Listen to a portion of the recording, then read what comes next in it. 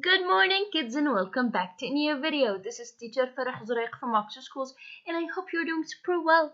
Alright, kids, in today's video, it is part 3 of From Seed to Plant. We'll be covering pages 356 to 359 in the Journey's Common Core Students book. Now let's get into it. So far we know that once the seeds grow, after the pollen was transferred from one flower to another of the same kind, or if it was transferred by hummingbirds or other insects, it will grow as a seed inside of the ovules of the flower. Or and after it grows, it is transferred either by the wind, like dandelions, or by animals. So once the seed grows and it's covered by the pod or fruit and breaks open, so it has to transfer for another good place to grow in. Some seeds have this fluff that helps it move around from one place to another. Other seeds have this rough outer skin that helps it stick to animals' fur or humans' clothes and helps it to transfer from one place to another. Why? Because this is how seeds are transferred from one place to another to grow more plants. Now let's read about it. So animals also help scatter seeds too. They hide acorns. Acorns is the fruit of the oak tree, and it is the favorite food of squirrels. So animals help scatter seeds too. They hide acorns and nuts in the ground. Some seeds have hooks like this. Could you see here? That stick to the fur of animals or people's clothes. Look over here. Look how it stuck to the human clothes. Later, they drop off into the ground, and once they drop off into the ground, get some air, get some rain, get some sunshine, it will grow to another plant. See? Seeds are transferred by many ways, either by the wind, insects, birds, and even animals.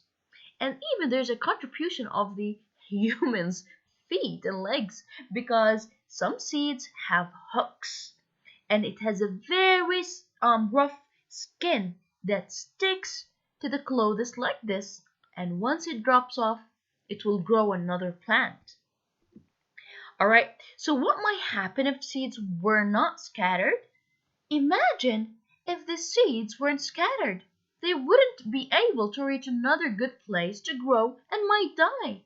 So, this is why some seeds have these privileges to be able to transfer from one spot to another to help growing other plants. So over here, it shows you how this rough skin of these seeds help in transferring seeds to many places. Look how it sticks to the human clothes. It is so rough. Look over here. And this is how it is transferred. Alright. Over here we have some seeds that are sold in grocery stores and in supermarkets.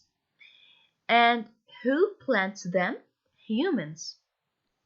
Over here, humans spread the seeds to grow them into crops of tomatoes, corn, sometimes just flowers to decorate houses with.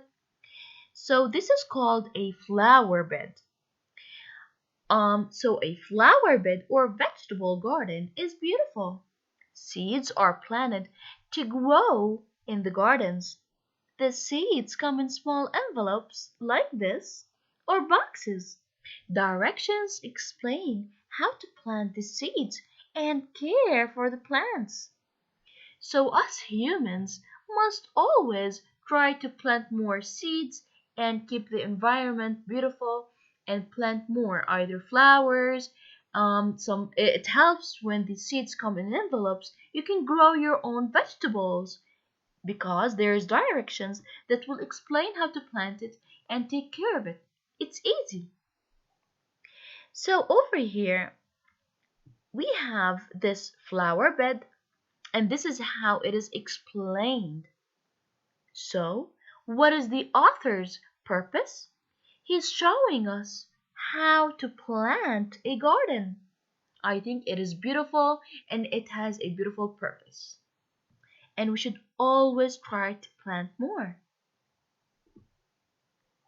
Over here we have this seed. Some seeds we eat them, like beans. In the inside it has the food that we eat. In the outside it has the coat that protects the seed. If you let the seed live longer in the soil, it will have a beginning of another plant, like this. So the beginning of a plant is curled up inside each seed, like this. Food is stored inside the seed, like this. 2. The seed has a seed coat on the outside. Why? To protect it. So the food is in the inside. If you let it longer, if it wasn't picked to humans to eat and live longer in the soil, it will have a beginning of a plant like this. Again, the coat is to help it and protect it, and it is from the outside. It is called a seed coat. The food is in the inside stored, and this is the seed. What happens if the seed was in the soil and it rained? A seed will not sprout until certain things happen. First, it must be on or in the soil.